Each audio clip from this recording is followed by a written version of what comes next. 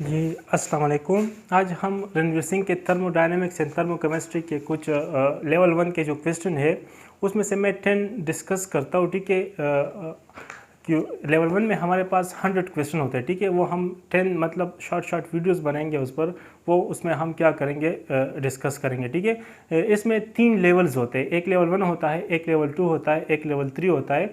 Level 1 में हमारे पास easy type के क्वेश्चंस होते हैं, जिसका मतलब इजी इनिशियल इंडिकेट के लिए बहुत ज़्यादा इंपॉर्टेंट है। ठीक है, ये क्वेश्चन लेवल 2 में हमारे पास थोड़े से टफ क्वेश्चन होते हैं, और लेवल 3 में बहुत वो क्वेश्चन होते हैं जिसमें 4 और 5 कंसेप्ट को क्या होता है, मिक्स क्या होता है, वो इस लेवल पर ज़्यादा इंपॉर्टेंट नहीं है, लेकिन मैं फिर भी कोशिश करूंगा कि उसे क्या करूं, सॉल्व करूं। और फिर लेवल 4 में हमारे पास एजर्शन रीजन टाइप क्वेश्चन होते हैं। ठीक है, वो भी हम डिस्कस करेंगे, बहुत ज़्यादा आउटस्टैंडिंग होता है। ठीक है, जो क्वेश्चन नंबर 1 है वो ऑलरेडी आप लोगों को क्या गिवन है, ऑलरेडी को स्क्रीन पर गिवन है कि find out the extensive property. Extensive property कौन सी प्रॉपर्टी होती है जो अमाउंट ऑफ मैटर पे क्या करे, डिपेंड करे। ठीक है, फॉर एग्जांपल आप लोगों के पास मास क्या है, एक्सटेंसिव प्रॉपर्टी है। ठीक है, अगर आपके पास 1 लीटर पानी हो और आपके पास 1 जग पानी हो, या आपके पास सपोज 1 गिलास पानी है और 1 जग पानी है, तो देखो आप लोगों के पास 1 जग का क्या होगा, वो मास ज़्यादा होगा क्योंकि वहाँ पर अमाउंट ऑफ मैटर क्या है, ज़्यादा है। ठीक है, लेकिन 1 गिलास का मास क्या होगा, कम होगा, क्योंकि वहाँ पर अमाउंट ऑफ मैटर जो वाटर का अमाउंट है वो कम है। ठीक है, लेकिन अगर मैं डेंसिटी की बात करूं तो डेंसिटी चाहे गिलास ऑफ वाटर की हो या जग ऑफ वाटर की हो, तो दोनों की क्या होती है, सेम होती है, जो 1 ग्राम पर सेंटीमीटर क्यूब होते हैं। ठीक है, तो ये आपके पास क्या है, इंटेंसिव प्रॉपर्टी है। ठीक है, अगर लेट सपोज मैं क्या करूं, हाँ, तो अब यहाँ पर आप लोग का बॉइलिंग पॉइंट है, बॉइलिंग ऑप्शन नंबर ए आपको बॉइलिंग पॉइंट गिवन है। बॉइलिंग पॉइंट आप लोगों के पास इंटेंसिव प्रॉपर्टी है कि एक्सटेंसिव प्रॉपर्टी है, तो बॉइलिंग पॉइंट आप लोगों के पास एक इंटेंसिव प्रॉपर्टी है। ये अमाउंट ऑफ मैटर पर डिपेंड नहीं करता, क्योंकि अगर आपके पास 1 लीटर पानी है या 1 गिलास ऑफ पानी है, तो दोनों का बॉइलिंग पॉइंट क्या है, नॉर्मल टेम्परेचर पर जो हम यहाँ पर लेते हैं वो हमारे पास 100 डिग्री सेंटीग्रेड है। ठीक है, तो ये हमारे पास ये नहीं कि हमारे पास अमाउंट ऑफ मैटर ज़्यादा होगा तो बॉइलिंग पॉइंट ज़्यादा होगा, नहीं, ये फिक्स्ड है। ठीक है, एक बात याद रखना, जब हमारे पास एक्सटेंसिव डिवाइड बाय एक्सटेंसिव आ जाए तो ये हमारे पास क्या देता है, ये हमारे पास इंटेंसिव देता है, ये बात ज़रूर याद रखना। और एक ये कि जिस वर्ड के साथ मोलर लग जाए वो आपके पास इंटेंसिव बन जाता है। हमारे पास क्या है, मास है, मास हमारे पास एक एक्सटेंसिव प्रॉपर्टी है, क्या अमाउंट ऑफ मैटर पर डिपेंड करता है, लेकिन मोलर मास आ जाए तो मोलर मास हमारे पास क्या बन जाता है, एक इंटेंसिव प्रॉपर्टी। ये मास अमाउंट ऑफ मैटर पर डिपेंड नहीं करता। ठीक है, जिस तरह हमारे पास हीट कैपेसिटी है, हीट कैपेसिटी हमारे पास अमाउंट ऑफ मैटर पर डिपेंड नहीं करता है, अमाउंट ऑफ मैटर पर डिपेंड, क्योंकि हमारे पास हीट कैपेसिटी क्या होती है, 1 डिग्री राइज ऑन टेम्परेचर के लिए हमारे पास एक सब्सटेंस के जितना हीट रिक्वायर्ड होता है वो उसकी हीट कैपेसिटी होती है। अगर आपके पास अमाउंट ऑफ मैटर ज़्यादा है तो ज़्यादा हीट रिक्वायर्ड होगा। ठीक है, लेकिन अगर मैं मोलर हीट कैपेसिटी, अगर मैं अमाउंट को फिक्स करूं मोलर हीट कैपेसिटी, तो फिर ये आपके पास क्या हो जाती है, ये आपके पास इंटेंसिव बन जाती है। ठीक है, तो यहाँ पर आप लोगों के पास बॉइलिंग पॉइंट है, वो तो ऑलरेडी आप लोगों के पास इंटेंसिव है। फिर क्या है, स्पेसिफिक वॉल्यूम है, तो स्पेसिफिक वॉल्यूम आप लोगों के पास क्या होता है, वॉल्यूम डिवाइड बाय मास होता है। ठीक है, तो ये भी आप लोगों के पास क्या है, वॉल्यूम आप लोगों के पास एक्सटेंसिव है, मास आप लोगों के पास क्या है, एक्सटेंसिव है, तो इससे जो रिजल्ट आएगा वो आपके पास इंटेंसिव आएगा। तो ये भी आप लोगों के पास करेक्ट ऑप्शन है। हीट कैपेसिटी आप लोगों के पास एक्सटेंसिव प्रॉपर्टी है, क्योंकि आप लोगों के पास अगर आपके पास अमाउंट ऑफ मैटर क्या है, ज़्यादा है, तो उसको 1 डिग्री राइज ऑन टेम्परेचर के लिए ज़्यादा हीट रिक्वायर्ड होगा एज कम्पेयर टू वो उस सब्सटेंस के जिसका अमाउंट ऑफ मैटर कम है। ठीक है, और रिफ्रैक्टिव इंडेक्स, तो रिफ्रैक्टिव इंडेक्स भी आप लोगों के पास एक इंटेंसिव प्रॉपर्टी है, क्योंकि वो अमाउंट ऑफ मैटर पर डिपेंड नहीं करता। अगर आपने कभी ये पढ़ा है कि रिफ्रैक्टिव इंडेक्स ऑफ बिग गिलास, रिफ्रैक्टिव इंडेक्स ऑफ स्मॉल गिलास, नहीं, क्योंकि वो आपके पास क्या है, एक इंटेंसिव प्रॉपर्टी है। ठीक है, which one of the following quantity is dependent on path, आप लोगों के पास कौन सी क्वांटिटी पाथ पर डिपेंड करता है, तो ऑलरेडी आप लोगों के पास हीट एंड वर्क जो है, हीट एंड वर्क आप लोगों के पास क्या है, पाथ डिपेंडेंट है।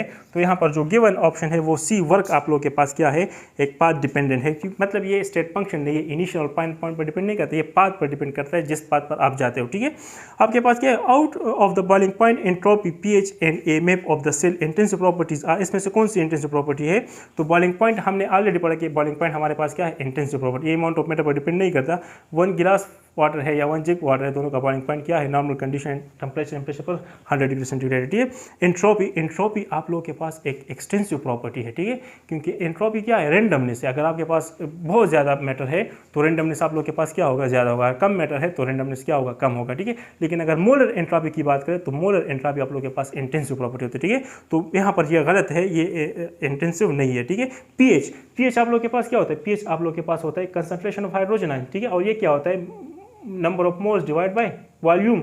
तो आप नंबर ऑफ मोल क्या होता है एक्सटेंसिव, तो इसके ऐसा आपके पास क्या आ जाता है इंटेंसिव, ठीक है। तो ये आपके पास इंटेंसिव प्रॉपर्टी है। EMF of the cell, EMF of the cell आप लोगों के पास क्या होता है EMF E of the cell is equal to E naught, जो हमारे पास स्टैंडर्ड ईएमएफ होता है सेल का, minus 0.591 divide by n into log of K equilibrium. और के इक्विलिब्रियम आप लोगों को पता है कि ये कंसंट्रेशन पर डिपेंड नहीं करता, इंडिपेंडेंट ऑफ कंसंट्रेशन होता है, ठीक है। तो ये भी आप लोगों के पास क्या है एक इंटेंसिव प्रॉपर्टी है। तो ऑप्शन नंबर सी आप लोगों के पास करेक्ट है। 1, 3 एंड 4 आपके पास क्या है इंटेंसिव प्रॉपर्टी की, ठीक है। क्वेश्चन नंबर 4 है कि delta H minus delta E for the combustion of gases of propane at temperature T is. तो ऑलरेडी आप लोगों को पता है कि delta H is equal to delta E plus delta n g into R T, ठीक है। तो delta H minus delta E किस, ये कांस्टेंट किस पर होता है ऑलरेडी आप लोगों ने डिस्कस किया है, ठीक है, थर्मोडायनेमिक्स में, is equal to delta n g into R T, ठीक है। अब प्रोपेन का जब हम कंबशन करते हैं तो वो क्या होता है C3H8, और ये हमारे पास क्या देता है plus in the presence of O2, तो ये क्या देता है CO2 प्लस H2O, ठीक है। ये गैसेस होता है, ये गैसेस होता है, ये गैसेस होता है, और ये हमारे पास क्या होता है L होता है, ठीक है। अब हमारे पास ये क्या है, अगर हमें इसको बैलेंस करूँ तो यहाँ पर इसको कैसे बैलेंस करूँगा, यहाँ पर 8 है तो यहाँ पर 4 हो जाएगा, ठीक है। अब यहाँ पर क्या है, यहाँ पर 3, तो यहाँ पर भी मैं 3 2 6 और 4 10, तो यहाँ पर मैं क्या लगाऊँ 5 लगाऊँ, ठीक है। तो ये हमारे पास बैलेंस है, ठीक है। अब हमारे पास डेल्टा एन जी क्या है, डेल्टा एन जी हमारे पास है number of moles of product minus number of moles of reactant, लेकिन गैसेस के, तो यहाँ पर कितने 3 और यहाँ पर कितने 5 प्लस 3 तो 7, 3, तो यहाँ पर कितने सॉरी यहाँ पर 3 है, ठीक है। यहाँ पर कितने 5 माइनस 1, तो यहाँ पर हमारे पास क्या है सॉरी यहाँ पर 3, यहाँ पर 5 और 1 4, तो 3 माइनस 4 से क्या आता है सॉरी नहीं 6, सॉरी 3 माइनस 6, तो 3 माइनस से क्या आता है -3 आता है, ठीक है। तो delta H minus delta E is equal to -3 R T. तो इसमें जो करेक्ट ऑप्शन है वो आप लोगों के पास क्या है, वो आप लोग के पास ऑप्शन नंबर ए है, ठीक है। For isothermal expansion of an ideal gas आप लोग के पास क्या होता है, आप लोग के पास जो डेल्टा ई है चेंज इन इंटरनल एनर्जी आप लोग के पास 0 होते हैं, क्योंकि आप लोग के पास जो फॉर आइडियल गैस के लिए चेंज इन इंटरनल एनर्जी क्या होता है, change in temperature direct report होते हैं। अगर ये हमारे पास टी कांस्टेंट है तो चेंज इन टी क्या हो जाएगा, चेंज इन टी हमारे पास 0 हो जाएगा, तो चेंज इन इंटरनल एनर्जी में जो चेंज है वो भी 0 हो जाएगा, ठीक है। जो ऑप्शन नंबर बी है वो आपके पास करेक्ट है। A system observed 600 joule of heat and does a work of 200 joule on its surrounding delta E. तो डेल्टा ई आप लोग के पास क्या होता है, अगर मैं इसको कैलकुलेट करूँ फर्स्ट लॉ ऑफ थर्मोडायनेमिक्स, ठीक है। तो डेल्टा ई हमारे पास क्या होता है, डेल्टा ई हमारे पास होता है Q प्लस W, ठीक है। तो हमारे पास कितना हीट ऑब्जर्व किया है सिस्टम ने, उसने ऑब्जर्व किया है 600 जूल, कितना 600 जूल, ठीक है। और वर्क कितना किया है, वर्क ऑन द सराउंडिंग क्या है, तो ये मैं माइनस लूँगा, ठीक है। तो ये हो जाएगा वर्क, ये भी आपके पास क्या है, क्या गिवन है 200 जूल, ठीक है। ये भी आप लोग के पास जूल में गिवन है, ठीक है। तो ये क्या हो जाएगा 400 जूल हो जाएगा, ठीक है। तो इसमें जो करेक्ट ऑप्शन है, आपने साइन का बहुत क्योंकि सराउंडिंग पर वर्क करा है सिस्टम, तो वो आप लोग के साइन का आप लोगों ने ध्यान रखना है, ठीक है। तो ऑप्शन नंबर बी आप लोग के पास क्या है करेक्ट है, ठीक है। The difference between heat of reaction at constant pressure and constant temperature of the reaction it constant for the given below. आप लोग के पास एक रिएक्शन गिवन है, और वो क्या गिवन है, वो आप लोग के पास गिवन है कि 2 मोल्स ऑफ बेंजीन गिवन है C6H6, और ये लिक्विड स्टेट में गिवन है, ठीक है। और ये क्या करता है, आपके पास 15 मोल्स ऑफ O2 के साथ क्या करता है, रिएक्ट करता है, गैसियस स्टेट में है, और ये आपके साथ क्या बनाता है 12 मोल्स ऑफ CO2 बनाता है गैसियस, और क्या है आपके पास 6 मोल्स ऑफ H2O जो आपके पास क्या है लिक्विड है, ठीक है। तो इसके आप वही क्वेश्चन है कि आप लोग इसके लिए क्या फाइंड करें, यही आप लोगों के पास जो delta E minus delta H minus delta E is equal to delta n g into R T, ठीक है। तो हमारे पास कितना गिवन है, डेल्टा एन जी कितना गिवन है, number of moles of product कितने गैसेस 12 माइनस 15, तो ये क्या हो जाएंगे -3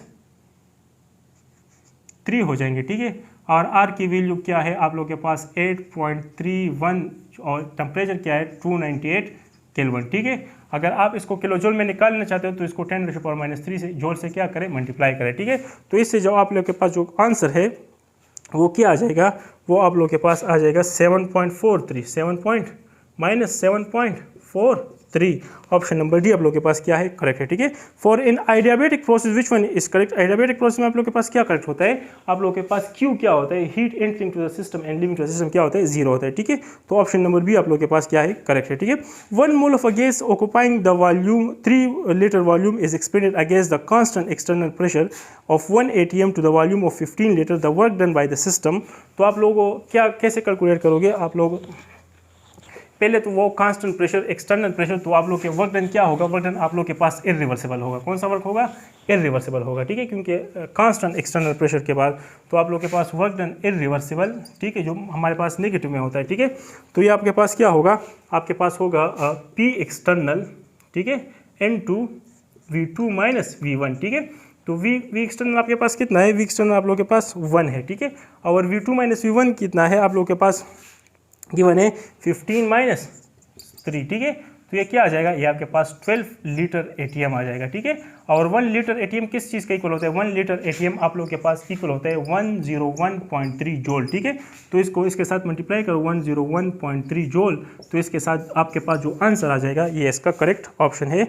आई थिंक ऑप्शन नंबर ए इसका क्या है, करेक्ट है। ठीक है, for an isochoric process the increase in internal energy, आपके पास अगर एक आइसोकोरिक प्रोसेस है तो इसमें चेंज इन वी क्या होता है, चेंज इन वी 0 होता है। ठीक है, तो जितने भी हीट आप देते हो वो किस में चेंज होता है, वो चेंज इन इंटरनल एनर्जी में होता है। ठीक है, तो option number equal to the heat observe, तो equal change in internal energy, ठीक है, to increase the internal energy. तो यहाँ पर आप लोग के पास ऑप्शन नंबर ए करेक्ट है। ठीक है, इंशाल्लाह फिर हम इसके नेक्स्ट 10 MCQs नेक्स्ट वीडियो में डिस्कस करेंगे। Thank you, bye.